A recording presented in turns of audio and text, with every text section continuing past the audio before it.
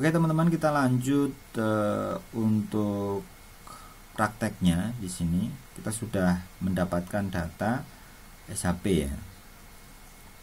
Caranya kita bisa lihat di sini di D tadi kita tempat penyimpanannya di mana? Ini ada Intan.js. Nah, di sini ada lapangan lahan Intan Aji SHP. Nah, filenya itu berbentuk dengan SHP. Nah, kalau kita lihat di sini ada datanya.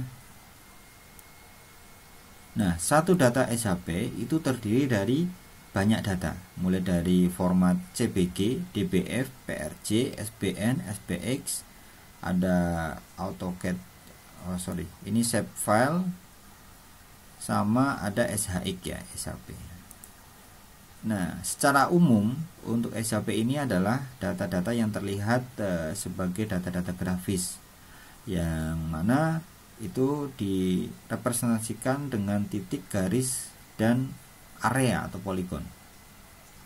Kemudian di sini ada DBF. DBF itu database file. Ini isinya adalah database berupa tabel-tabel yang akan bisa kita tambahkan nantinya informasi-informasinya. PRJ ini project. Terus kemudian yang lain ini adalah data-data pelengkap yang memang tidak jauh tidak kalah pentingnya dengan yang lain. Jadi kalau data yang yang bisa kita abaikan adalah di sini adalah log. Log ini adalah data yang artinya dia itu sedang dibuka di komputer kita menggunakan software JS. Nah, kalau misalkan kita tidak membukanya, ini nanti akan hilang. Oke, kita akan lanjut. Bisa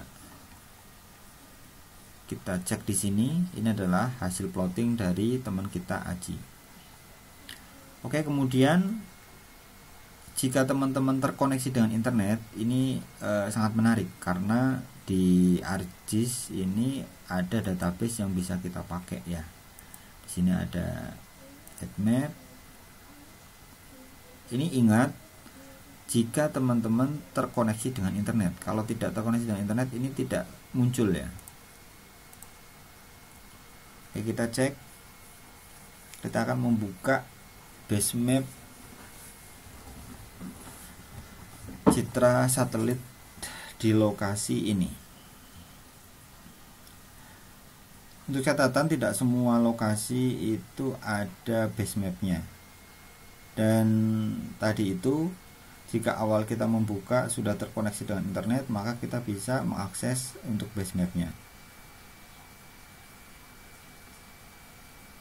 Nah, ini adalah lokasi di tempat Aji melakukan lapangan.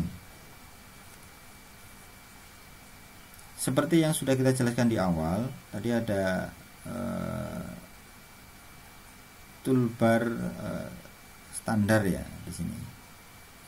Di sini kita akan bisa zoom in, zoom out, memperbesar, memperkecil tampilan, atau extend untuk menampilkan seluruh peta.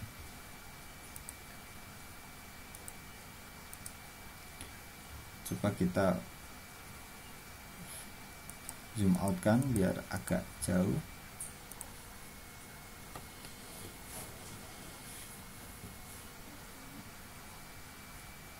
Nah, memang cukup berat ya kalau misalnya kita membuka base mapnya di sini. Nah, ini adalah lokasi tempat Aji melakukan lapangan di sini. Oke, terlihat ya di mana saja lokasi-lokasinya.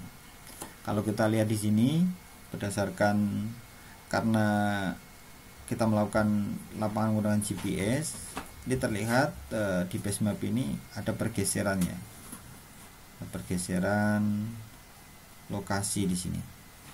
Kalau kita melihat lokasinya Aji di sini kan tidak bergeser ya, seharusnya tidak bergeser. Tetapi karena ada yang namanya akurasi GPS, pada saat kita lapangan itu akurasi kadang berubah-ubah. Nah, fungsi dari JS di sini ini kita bisa melakukan yang namanya editing. Kita bisa mengubah lokasi ini menjadi lokasi yang memang seharusnya ada di mana. Oke, langkah pertama kita bisa melakukan editing di sini. Akan berubah menjadi, ini adalah toolbar editor. Kalau misalnya belum ada, ini bisa diaktifkan editor di sini. Nah, untuk memilih kita pakai toolbar yang di sini, tools toolbar.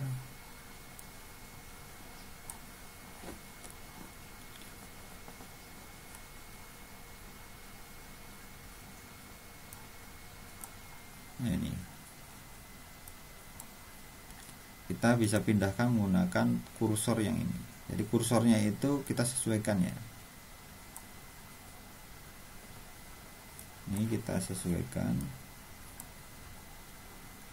kurang lebih.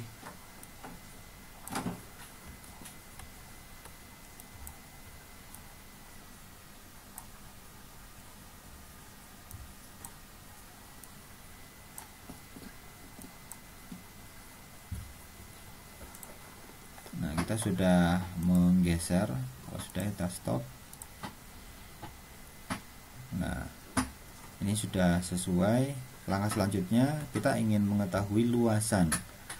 Luasan itu bisa diketahui kalau data kita adalah poligon. Oleh karena itu kita ke katalog di sini, di Intan, kita klik kanan, kemudian kita pilih save file. Kita akan membuat data baru menggunakan poligon. Di sini area lahan aji katalah gitu ya. Tetap kita pakai koordinatnya yang seperti tadi, projected UTM, kemudian di sini WG84 Southern, kita pilih 49S karena ada di Jogja.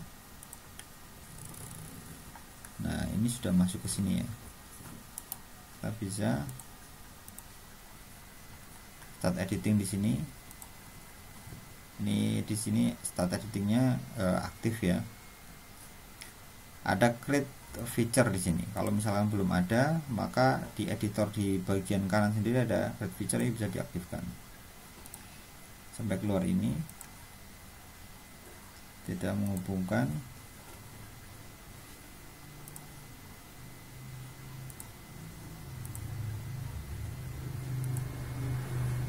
Nah, harusnya itu ada di sini satu lagi ya, tadi ambil ngambil datanya, tapi nggak apa-apa, kita sesuaikan menggunakan setelah di sini. Oke, kurang lebih ini. Kemudian kalau sudah, kita stop.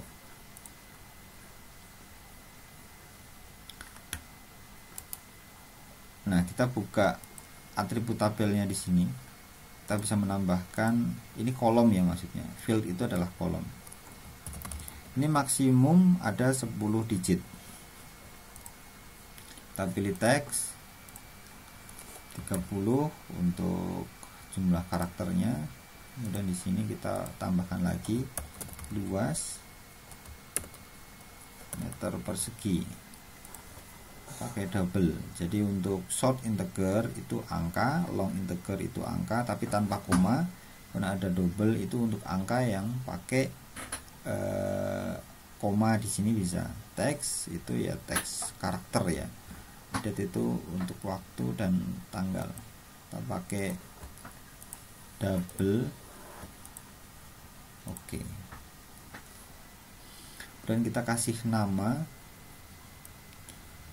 Nah, posisi untuk menambahkan field ini pada saat editornya itu mati. Jadi pada saat kita mengaktifkan saat editing ini aktif, maka kita tidak bisa menambahkan field. Jadi pada kondisi mati kita bisa menambahkan field ini.